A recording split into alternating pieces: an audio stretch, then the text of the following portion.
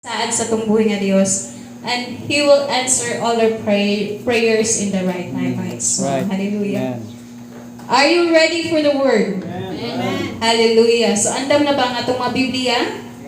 Hallelujah. So, di na ito lugayon at ito nagsabita sa pinaka-importante nga bahin, ang pagpaminaw o pagpa-apply sa maong mga pulong nga gustong ipaambit sa itong buhay nga Dios na pagadagan sa itong ubos nga alagad, Pastor Arnel Panyares, at pagpapakan na itong buhay nga Dios na igsoon.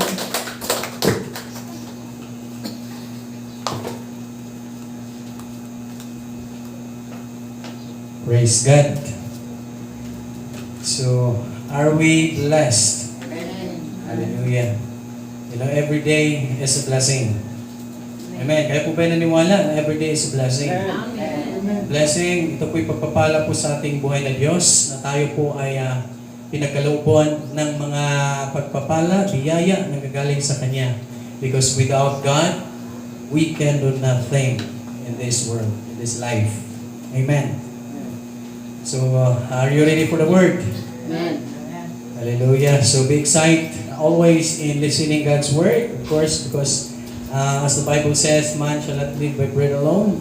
So meaning, ang salita po ng Diyos, ito po ay nagbibigay buhay sa bawat isa. Amen.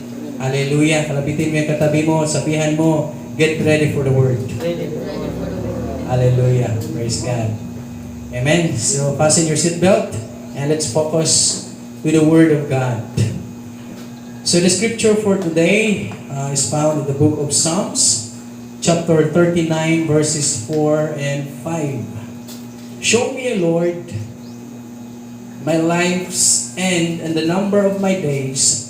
Let me know how fleeting my life is. You have made my days a mere handbreadth, and the span of my years is nothing before you. Everyone is but a breath, even those who seem secure. Let us pray. Heavenly Father, we thank you, Lord God, for this wonderful privilege and opportunity that you gathered once again, Lord God, in this place. Thank you, Lord, that your word will enlighten us up in our minds and change our lives, Lord God. There will be transformation in our lives, oh God.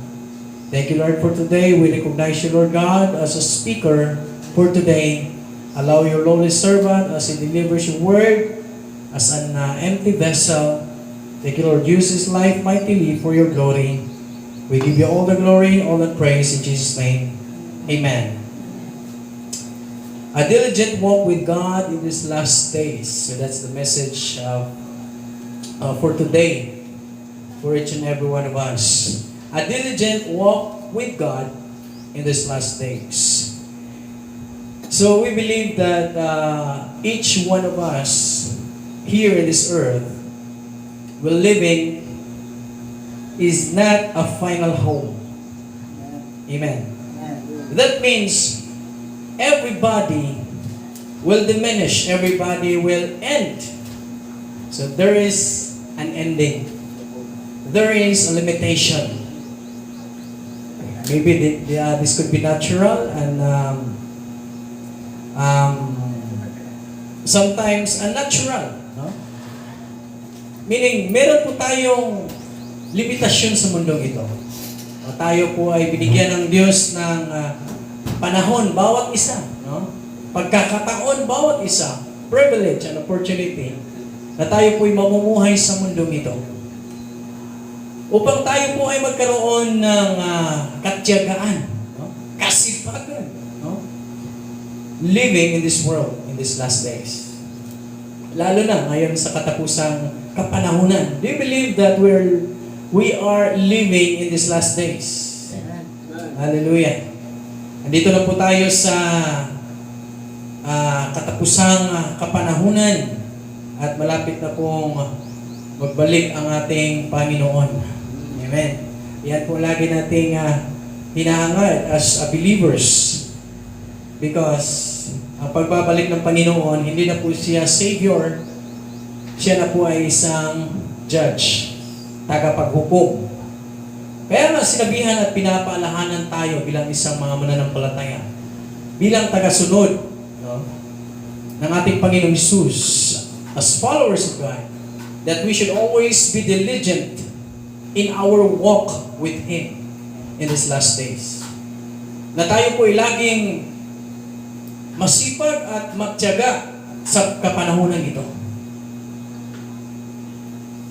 That's why the Bible says in the book of Psalms, "Show me, Lord, my life's end and the number of my days. Let me know how fleeting my life is." In Hebrews chapter 13, verse 14, "For this world is not our home.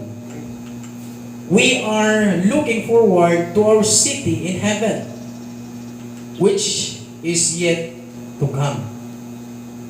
Amen. Klaro-klaro po dyan na ang ating tinitirhan po ay hindi lang po sa mundong ito.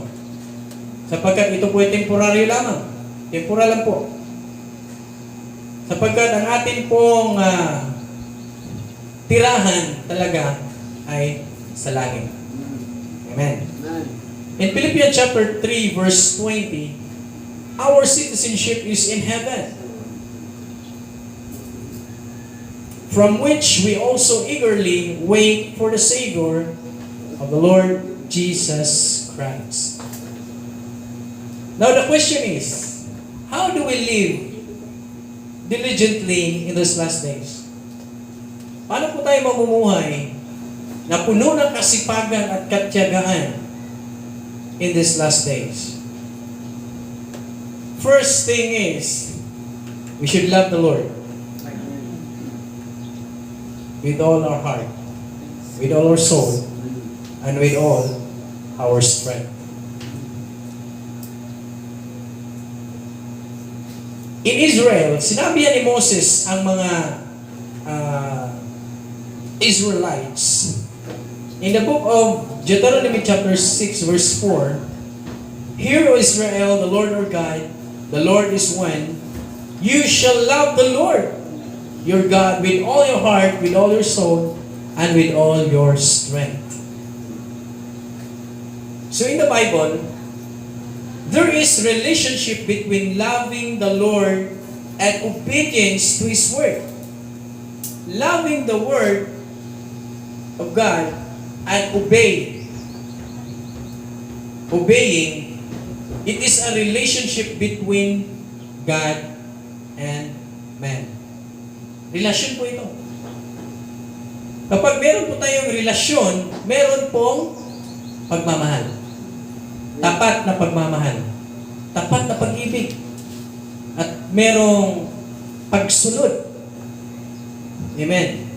Kasi kung ang relasyon ay walang pagmamahal, ang relasyon ay walang pagsunod, walang pag-uunawaan, ito po ay hindi relasyon. All. Sapagkat kung totoo kang nagmamahal, dapat totoo ka rin nagmamahal. Nagtotoo ka rin sa iyong katapatan, sa iyong minamahal. Ganon din sa ating pagmamahal sa Diyos. Amen. Ang sabi ng Panginoon, love the Lord with all your heart, with all your soul, and with all your strength. Amen? Meaning, wala pong reservation sa iba. Amen. Wala pong reservation kung anumang material sa mundong ito ng iyong pag-focus o pagmamahal sa Diyos. Kasi kapag merong reservation sa iba, hindi na po yun buo. Half-hearted na po yun. Hindi na po yun buo. Ang sabi, love the Lord with all of your heart, with whole of your strength. Amen. Meaning, without reservation, any reservation to a certain thing in this world. Yes, you love your job. Yes, you love your wife. You love your spouse. You love your children. You love your career sa mundong ito. But without loving God above all things, everything is nothing. Kasi kapag inuna natin ang Diyos, minahal natin ng lubos-lubos ang Panginoon, ang Diyos sa ating buhay, walang rason hindi natin mamahalin ang anumang mga bagay sa mundong ito na ibigin natin sa mundong ito. Di ba? Sabi ng Diyos, love the Lord with all your heart. And the second command is, love your neighbor as you love yourself. So, mayroon ding utos.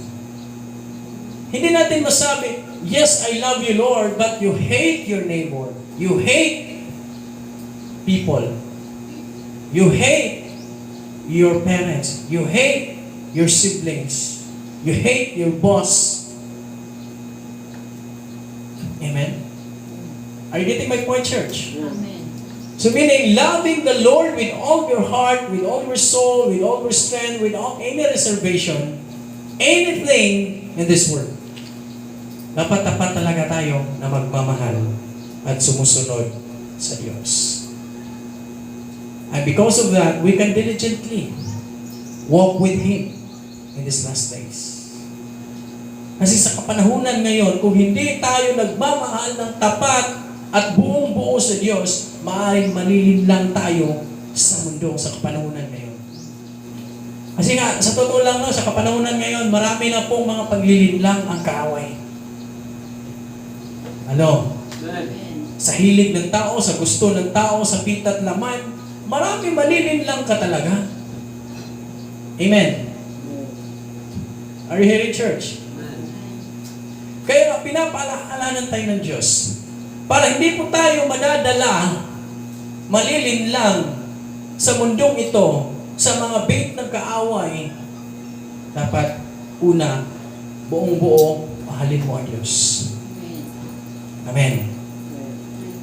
And because of that, we can diligently walk with God in these last days. Hello?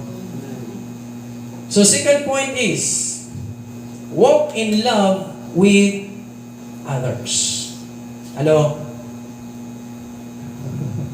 Kalapitin mo yung asawa mo. Walk with love with others. Hello? Amen? So right from the Old Testament, the Bible emphasized that we should love our neighbors as ourselves. Kung minahal man nating sarili, mahalin din natin yung ating kapwa. Kapwa, pareho natin. Makakaranas ng pighatian, makakaranas ng mga problema, makakaranas ng panlalait, makakaranas ng kawalan. Kapwa. Mahalin mo ang iyong kapwa. Ang iyong kapwa nangangailangan tulungan. Hindi pagtutulong-tulungan. Hello? Walk in love with others. Give without expecting in return. Hindi yung nagbibigay ka pero sa kalauna nanunumbat ka. That's not a real heart of giving. Helping without expecting in return or any string attached. Tutulungan ko to kasi mayaman to eh. Tutulungan ko to kasi meron to eh. Meron trabaho. Makakapagbigay dito sa akin. Makatulong dito sa akin balang araw. No. Help without string attached. Help without expecting in return. Mas maigi pang tayong tumulong sa mga hindi nakakapag balik sa atin eh. Amen. Kaysa tutulong tayo na meron kakayanan na maibalik kasi nire-rewardan ka na eh. So wala nang reward magagaling sa Diyos. Pero kung tutulong tayo sa mga taong nangangailangan talagang hindi without the capability and capacity to return what you have given to them, mas malaking pagpapala ng Diyos ang magbibigay ng reward. Amen? Palapakan natin si Lord. In this last days, mga kapatid, mga kaibigan, ang pagmamahal at pagtulong sa iba, ginawa ng negosyo. No? Di ba? Through vlogging, para kikita eh. Yeah? But, we will not, hindi naman masisisi natin kasi nga, we will not judge by them because hindi naman lahat. Amen? Hindi naman lahat. But, the Bible warns us, nag-warning po ang Biblia sa atin, that if we walk with God, we should walk in love with others. Hello?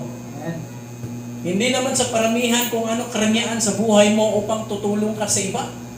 Hindi na kailan ng Diyos yan.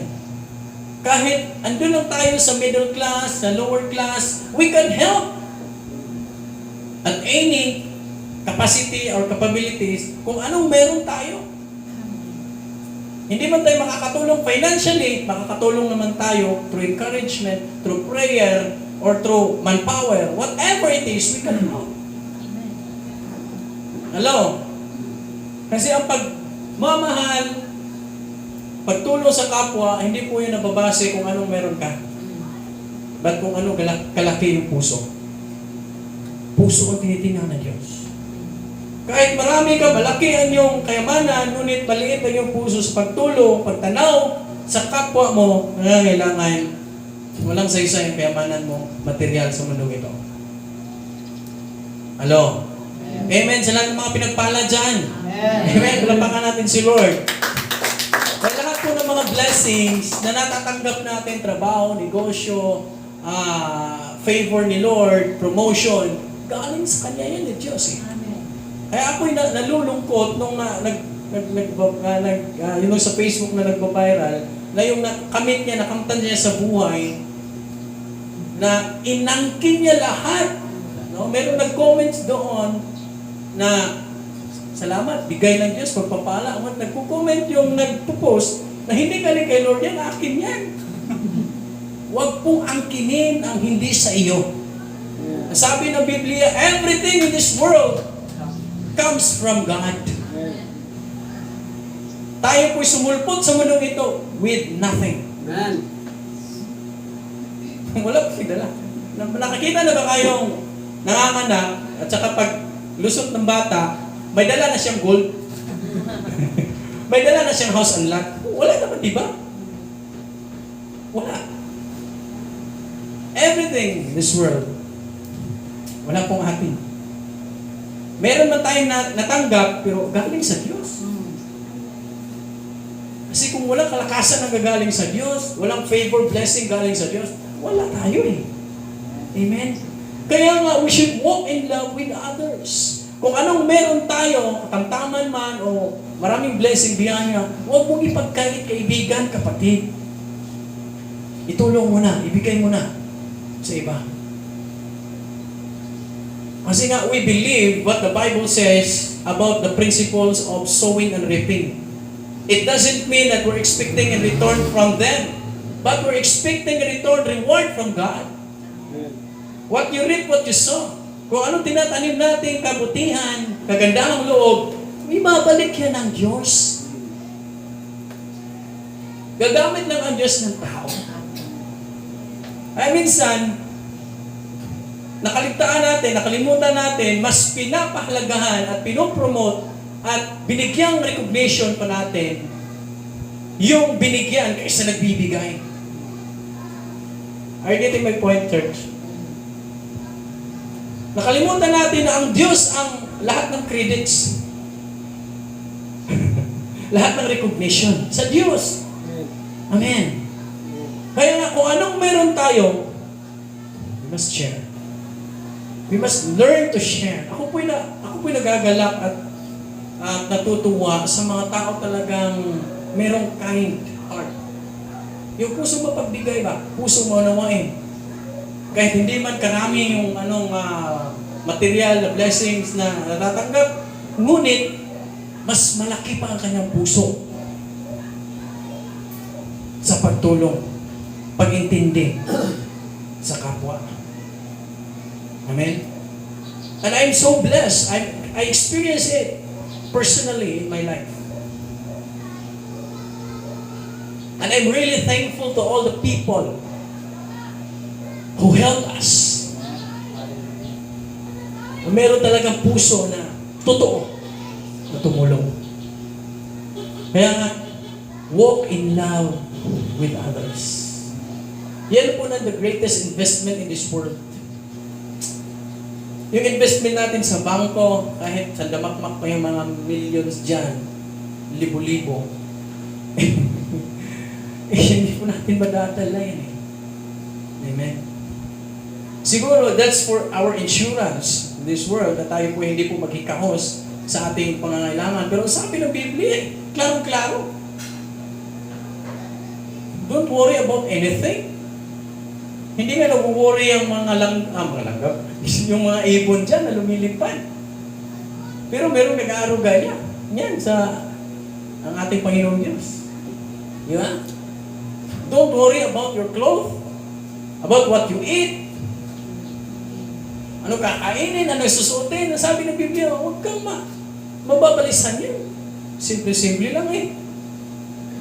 Wala akong masusuot na ano eh, yung mga pang ano talaga, pang bigatin. No? Masalamat tayo. Marunong tayong tumulong sa iba. Amen. Kung anong meron tayo. Walk in love with others. So that's a thing that we can diligently walk with God in these last days. So first, love the Lord with all your heart, soul, and strength. Then second, walk in love with others. Then second to the last, third thing, we should think of and live for eternity. Dapat laging nasa isip natin, dapat laging goal natin, focus natin, we should think of and live for eternity. Hindi po yung temporal. Kasi nga, it's sad to hear, sa mundong ito, mas pinapaboran at pinapalagahan ang mga bagay na temporal kaysa eternal. Or, mas pinapaboran ang mga material kaysa spiritual. Amen. You won't live for eternity in this earth as it at present. Sabi po ng Biblia, Hebrews 9:27, each person is destined to die once, and after that comes judgment. Hello. As I've said, meron po tayong limitasyon sa mundo ito. Even resources, even our life, meron po limitasyon. That's why we should think of, focus, and live for eternity. So, ibig sabihin, set your minds, set your life, set your goals on the things above. Yung mga bagay na espiritual, yung mga bagay na maka-Diyos, yung mga bagay na talagang nasa kalooban ng Diyos. Doon po tayo makapokus. Amen. Huwag po sa sarili nating desisyon. Huwag po sa sarili nating mga dreams in life. Kaya minsan lagi tayong nag-dream, hindi natin nakakagising sa dreams natin. Hindi natin nakakamulat. Hello? Kasi minsan, hindi po ito in line with God's purpose. Kasi nga, hindi po for eternity. Temporal lamang.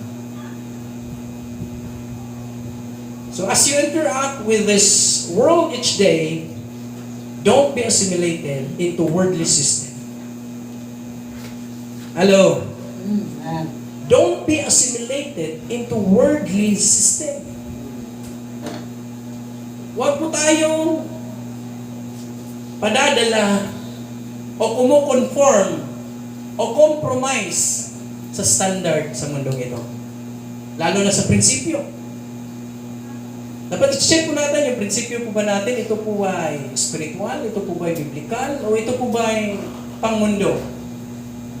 O pang human wisdom o human principle lamang. Importante po yun. Amen. So hold loosely the things of this world and hold tightly to the word of life. Are you hearing, church? Amen. Hold loosely to the things of this world and hold tightly to the word of life. Cling tightly in your faith in Christ. Dapat doon po tayo mag-hold sa ating pananampalataya sa Diyos. Huwag po tayo mag-hold sa worldly system kasi po, contaminated na po ang mundo. Marami ng mga naisabatas o naisulong na mga bill sa kongreso na hindi po naayon sa Biblia. At gusto nila na sasang-ayunan sa mundong ito na hindi naman karapat-dapat.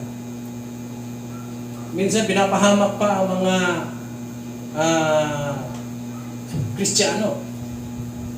Kasi kapag hindi tayo susunod, papahamak kayo. No? So that's the time, no? In these last days.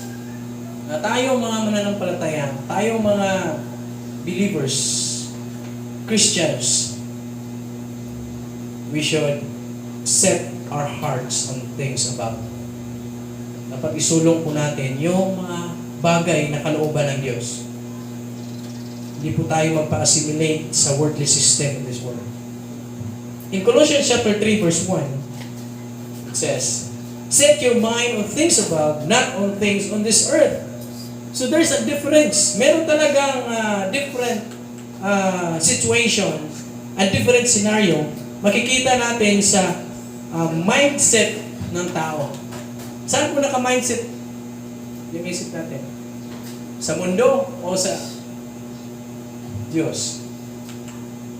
There's a difference between those who set their minds on what is in heaven and those who set their minds on what is on earth. On earth, gusto natin na hindi tayo malipasan ng gutom. Tama? Pero kung spiritual, ayaw natin na makaligtaan natin magbabasa ng Biblia sa salita ng Diyos. Hindi man natin nagawa. Pero malipasan ng gutom, kain, pisikal, wag natin na makaligtaan. Kasi nga, delikado, maggutuman, magwawala. Gahanap pa nga ng mga anli. Anli rice, anli pares, no? Overload, no? Pizza. Di ba? Hindi naman masama na, kasi nga, part of our physical life na kailangan talaga natin na alagaan yung ating sarili. Pero kung nakaligtaan naman natin yung pinakamahalagang bagay, which is spiritual or things on above, salita ng Diyos, makikinig salita ng Diyos, pag-meditate salita ng Diyos, pananalangin, communication sa Diyos, at ating communication, nakaligtaan natin. Hindi na po naka-align. No? We are out of trouble. We are in trouble rather. No? Ano na po tayo sa nagkabuhol-buhol na po ating mga schedulings. O yung ano natin, yung pag-set ng ating mga schedules. Amen. Hallelujah. So, for all in this world, the last of the flesh, come on, listen to this. In 1 John chapter 2, verse 15 to 17, do not love the world and the things of the world. Huwag nating ibigin o mahalin ang sa mga kung anong bagay-bagay sa mundong ito. If anyone, come on, listen to this. If anyone loves the world, the love of the Father is not in him. Klaro-klaro po yan. Kung tayo na mas nabibighani sa mundong ito, ay nakalimutan naman natin ang Diyos na nagbibigay sa atin. Come on. Sabi, the love of the Father is not in him. For all that is in the world, come on, listen to this. The lust of the flesh, the lust of the eyes, and the pride of life is not of the Father, but is of the world. No. Yan po ang mga warnings ng Diyos sa atin sa mundong ito in these last days. The lust of the flesh, yung ating craving for sa pita at laman, no? Makamundong bagay, yung pagiging immoral natin, nawala na yung morality natin. Kaya mayroong programa sa gobyerno, sa Christian world na moral recovery program kasi nga sirang-sira na ang moralidad sa komunidad, lalo na sa mga kabataan ngayon.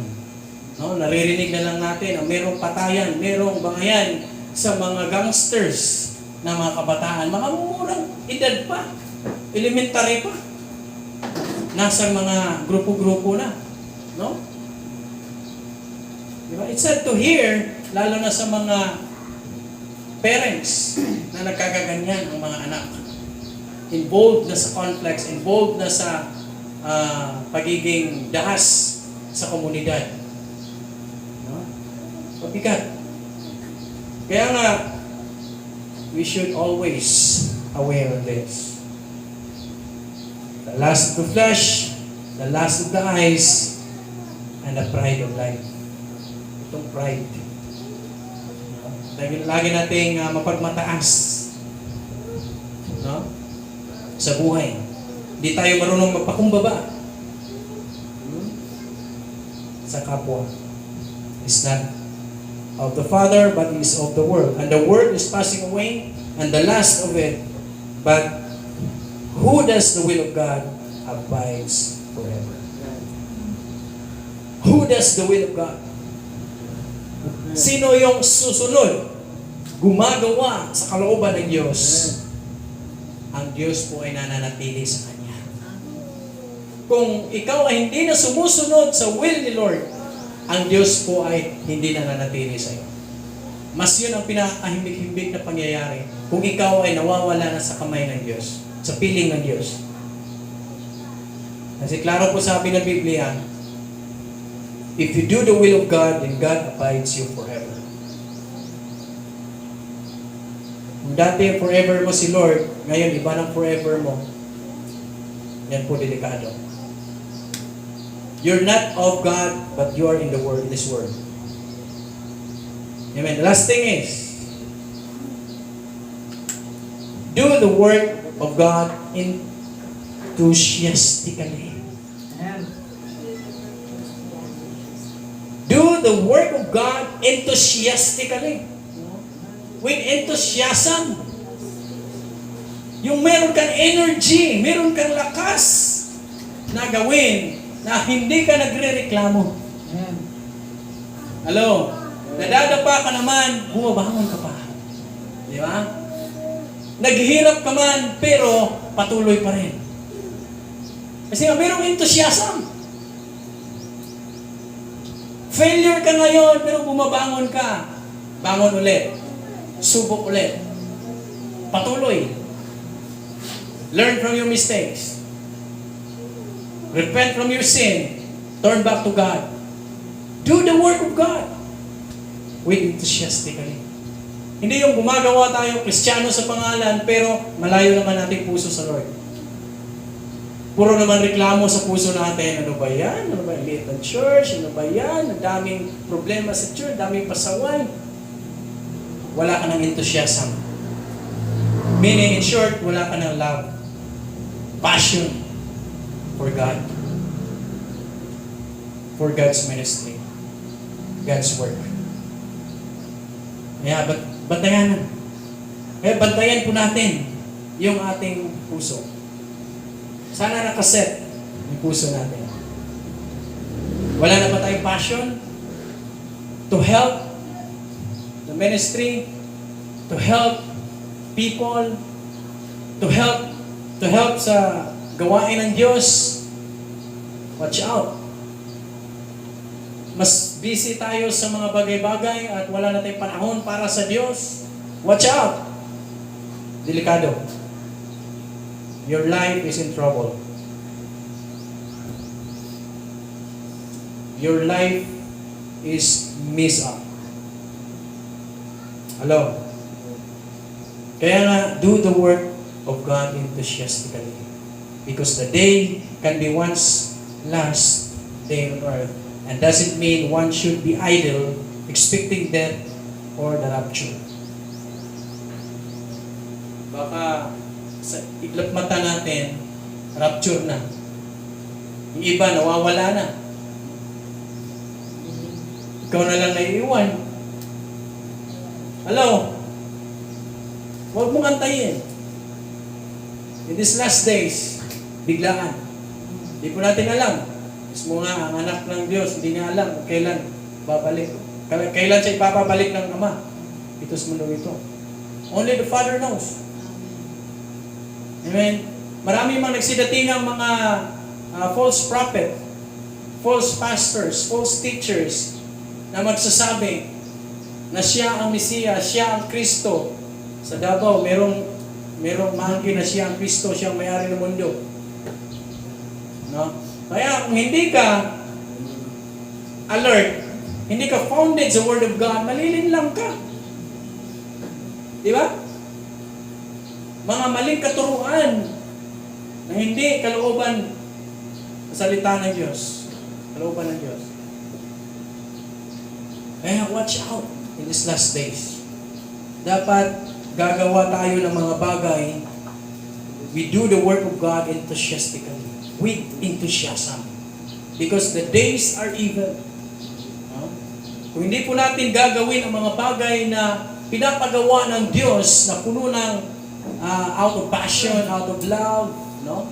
Out of enthusiasm, no? Walang mangyayari sa buhay natin. Para lang tayong mga plastic, no? Para lang tayong mga maskara sa mundong ito. Kung hindi man natin tutuhanin ang lahat ng bagay na ginagawa natin. Hello? Are you hearing, church? Amen. So that's why the Bible keeps reminding us that we should do the work of God enthusiastically. In Romans chapter 12, verse 11, never be lazy in your work. Secularly and spiritually, being lazy is not good. Being lazy it's a sin. An idle person, yung taong nagbisi-bisihan, sabi maraming ginagawa, pagod, pero wala namang achievements, wala namang accomplishment. Hindi naman productive. That's not a business. Hello? Palalaan mo katabi para ikaw tabi kay pastor. Never be lazy in your work, but serve the Lord enthusiastically. Romans 12:11, sabi po ng Biblia. Hindi po ko nagsabi.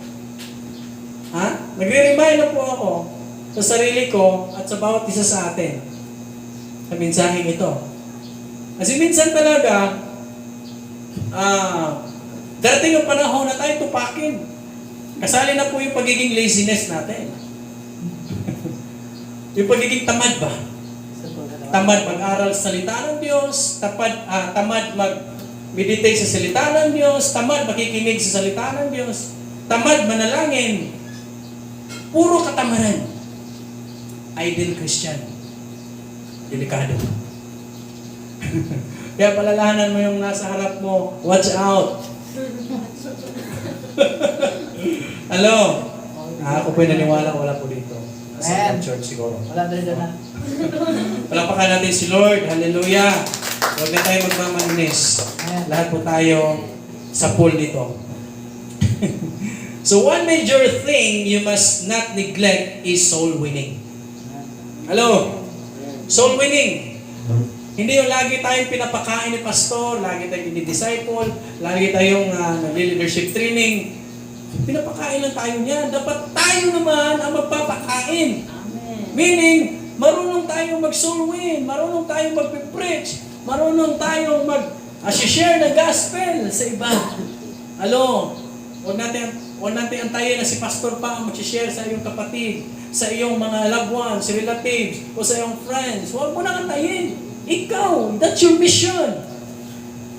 Hello? Bawat isa sa atin accountable po sa harapan ng Diyos sa mga taong nakasalamuhan natin.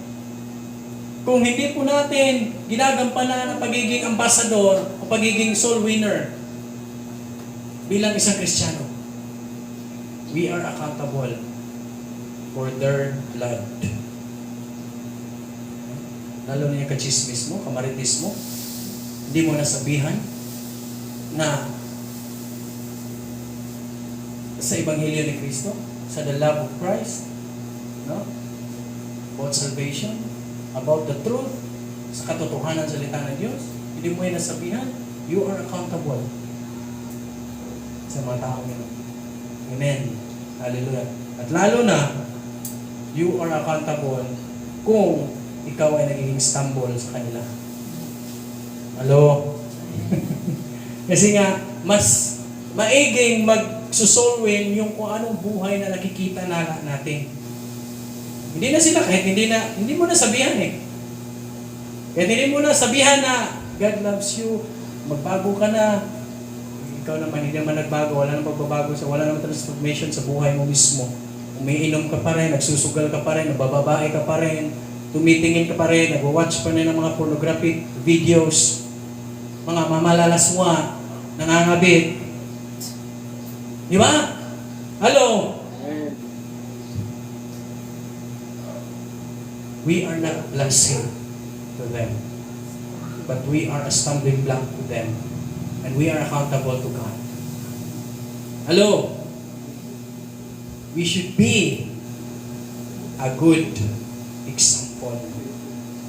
Work with God enthusiastically. Amen. So don't be engrossed in the affairs of life that you don't get involved in the kingdom service. Especially soul winning. That is the Great Commission.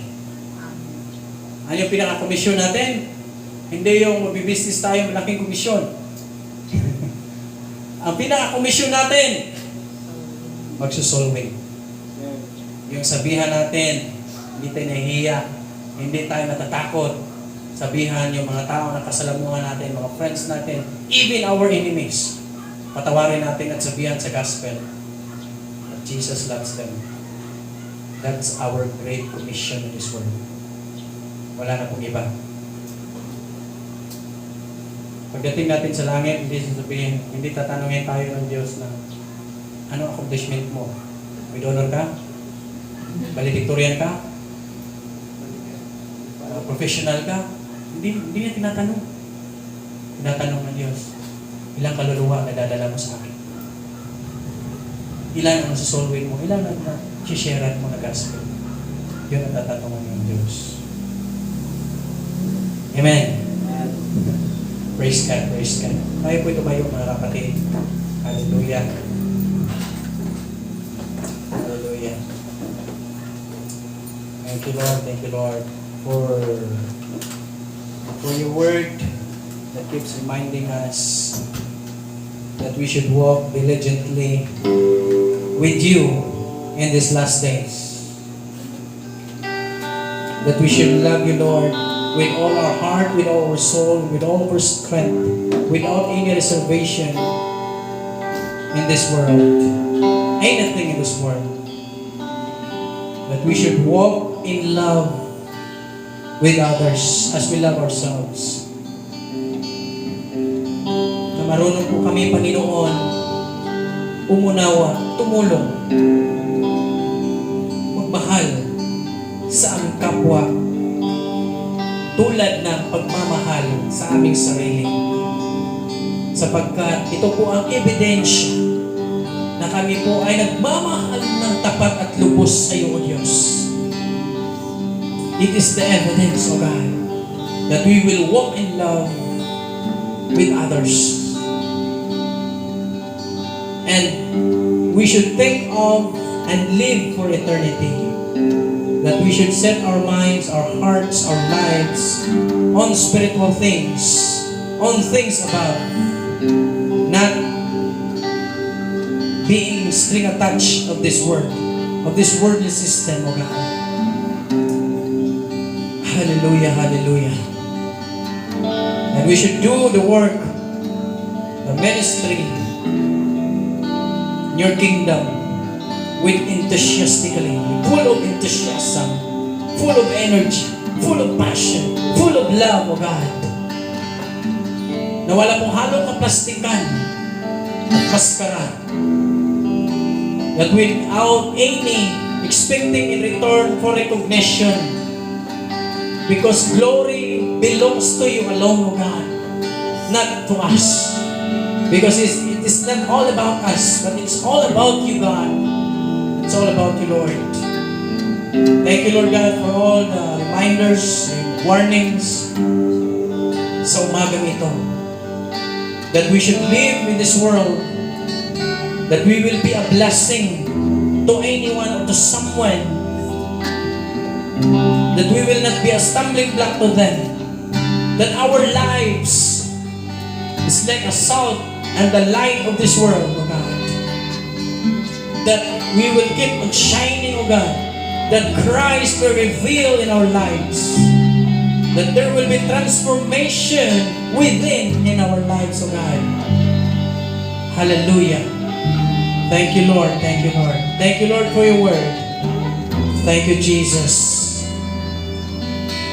Heavenly Father, this is my prayer to each and everyone. Lahat ng mga bagay namin napakinggan ngayon, ito po ay magrerema sa aming mga buhay. Ito po ay aming maisapamumuhay. Ito po ay aming malakaran, Panginoon, sa kapanahunan ngayon, that we will keep following you, obeying you these last days. We give you all the praise, honor, adoration. In Jesus' mighty name we pray. And all the people of God will say, Amen and Amen. Lapakan ko natin Diyos. Hallelujah.